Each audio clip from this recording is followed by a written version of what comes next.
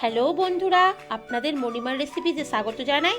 আজকে আমি আপনাদের কাছে এসেছি পৌষ পার্বণের সবচেয়ে লোভনীয় দুধ পুলি রেসিপি নিয়ে, যা এইভাবে করলে খেতেও হবে অসাধারণ আর নরম তুলতুলে, ঠান্ডা হলেও শক্ত হয়ে যাবে না। চলুন দেখে নেওয়া যাক। প্রথমেই নিয়ে নিচ্ছি 2 কাপ কুড়িয়ে নেওয়া নারকেল। আমি গ্যাস জ্বালিয়ে কড়া বসিয়ে নিয়েছি, তার মধ্যে নারকেলটা দিয়ে আমি পুর করে নেব। আগে আমি নারকেলটা একটু নাড়িয়ে নিলাম। এবার নিয়ে নিচ্ছি 1 কাপ খেজুরের গুড়। আমি একটা পাটালি গুড়কে গ্রেট করে নিয়েছি। আর দিলাম 1 কাপ নলেন গুড় বা ঝোলা গুড়। এই ঝোলা গুড় দেওয়ার ফলে খুব সহজে এবং তাড়াতাড়ি নারকেল আর গুড় ভালোভাবে মিশে যাবে। দেখুন, খুব তাড়াতাড়ি গুড় আর নারকেল ভালোভাবে মিশে গেছে। এবার কয়েকটা এলাচকে থেতো করে কেবল দানাগুলো আমি নিয়েছি সেটা দিয়ে দেবো। আর দেবো অল্প একটু নুন। এবার ভালো করে মিশিয়ে নিচ্ছি। নারকেলের পুরটা আমার প্রায় হয়ে এসছে। এবার দিয়ে দেবো 2 চামচ গুঁড়ো দুধ। এবার ভালো করে মিশিয়ে নেব। দেখুন, নারকেলের পুরটা কড়া থেকে ছেড়ে ছেড়ে আসছে, তার মানে নারকেলের পুর আমার রেডি। এবার আমি অন্য পাত্রে ঢেলে এটাকে ঠান্ডা করে নেব। এবার গ্যাসে কড়া বসিয়ে আমি 4 কাপ জল দিয়ে দিলাম।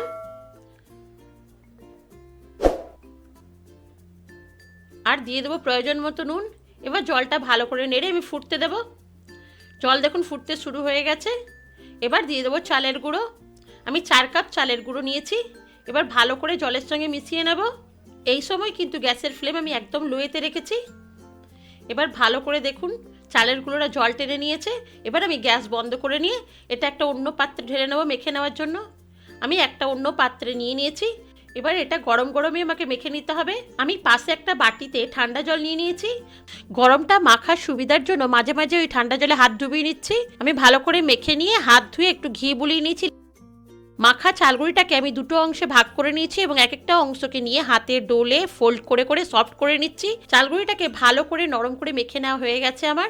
এবার ঢাকা দিয়ে 10 মিনিটের জন্য রেখে দেবো। অন্যদিকে গ্যাস জ্বালিয়ে আমি 2 লিটার দুধ গরম হতে বসিয়ে দিয়েছি। এবার দিয়ে দেবো কয়েকটা থেতো করা এলাচের দানা। এবার ভালো করে মিশিয়ে নিলাম। এবার ছোট্ট ছোট্ট করে লেচিগুলো করে নেবো। পিঠের নরম হওয়ার ব্যাপারটা পুরোপুরি মাখার উপরই নির্ভর করে। এবার লেচিগুলোকে আমি বাটির মতো শেপ করে নিচ্ছি। এরপর নারকেলের পুর ভরে নেবো আস্তে আস্তে। ভালো করে পুরটা ভরে নিয়ে চেপে আমি বাটির মুখগুলো বন্ধ করে দিচ্ছি। পুর ভরার ভিডিওটি পরিষ্কারভাবে দেখতে না পাওয়ায় আমি খুবই দুঃখিত। পুর ভরার পর পিঠের মুখটা ভালোভাবে চেপে চেপে বন্ধ করতে হবে, নাহলে কিন্তু পুর বেরিয়ে যাবার সম্ভাবনা থাকবে। আমি সুন্দরভাবে টিপে টিপে মুখগুলো বন্ধ করে দিয়েছি। আবার একটা অন্য লেচি নিয়ে নিয়েছি।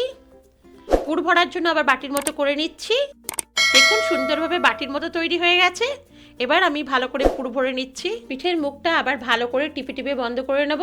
পিঠের মুখটা আমি টিপে টিপে বন্ধ করে নিয়েছি। এবার ভালো করে ওপরে একটা আঙুল দিয়ে প্রেস করে করে আমি সুন্দর একটা ডিজাইন করে নিয়েছি। আবার একটা লেচি নিয়ে আমি বাটির মতো করে নিচ্ছি। আবার পুর ভরে নিচ্ছি। আবার মুখটা টিপে টিপে বন্ধ করে নেব।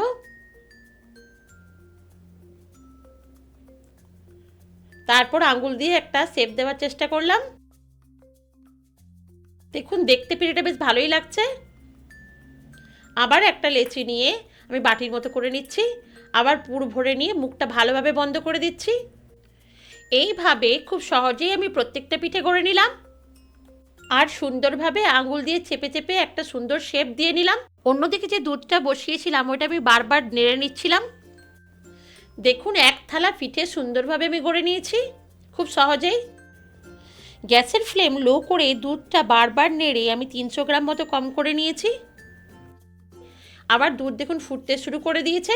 এবার আমি পিঠেগুলো সব একটা একটা করে দিয়ে দেবো। পিঠেগুলো আমি এক জায়গাতে দেব না, চারিদিকে ছড়িয়ে দিলাম, যাতে একটার সাথে আরেকটা পিঠে না লেগে যায়। এবার ভালো করে পিঠেগুলো আস্তে আস্তে দুধের মধ্যে ডুবিয়ে দেব।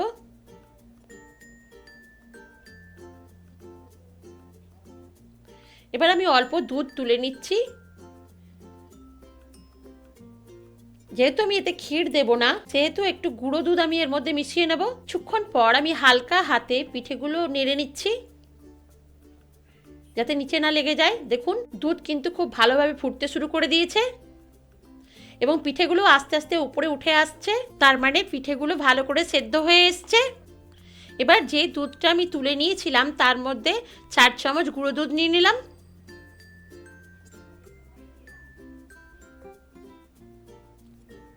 ভালো করে গুলে নিলাম।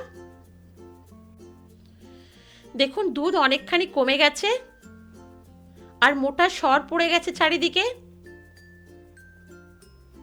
তার মানে ক্ষীর দুধ আমার তৈরি হয়ে গেছে। এবার পুরোপুরি ক্ষীরের মতো দুধপুলি তৈরি করার জন্য আমি দিয়ে দেব গোলা দুধটা। এবার ভালোভাবে মিশিয়ে নেব।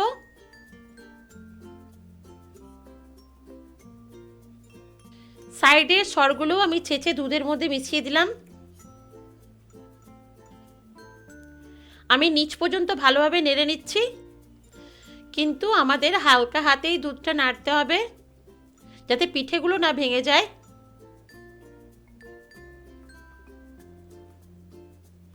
এবার দিয়ে দেব খেজুরের গুড়।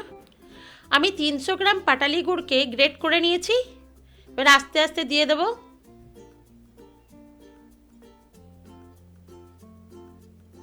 এবার ভালোভাবে মিশিয়ে নেব। দেখুন আস্তে আস্তে দুধে কালার এসে যাচ্ছে। আমি হালকা হাতে ভালোভাবে নিচ পর্যন্ত নেড়ে নিচ্ছি। দেখুন আস্তে আস্তে দুধের কালার পুরো চেঞ্জ হয়ে যাচ্ছে। দুধ অনেকখানি ঘনও হয়ে গেছে, দেখে বুঝতেই পারছেন। দেখুন সুন্দর একটা কালার এসে গেছে। তার মানে দুধপুলি আমার তৈরি।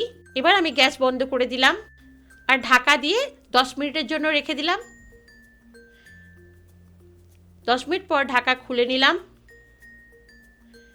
এবার পরিবেশন করে নেব।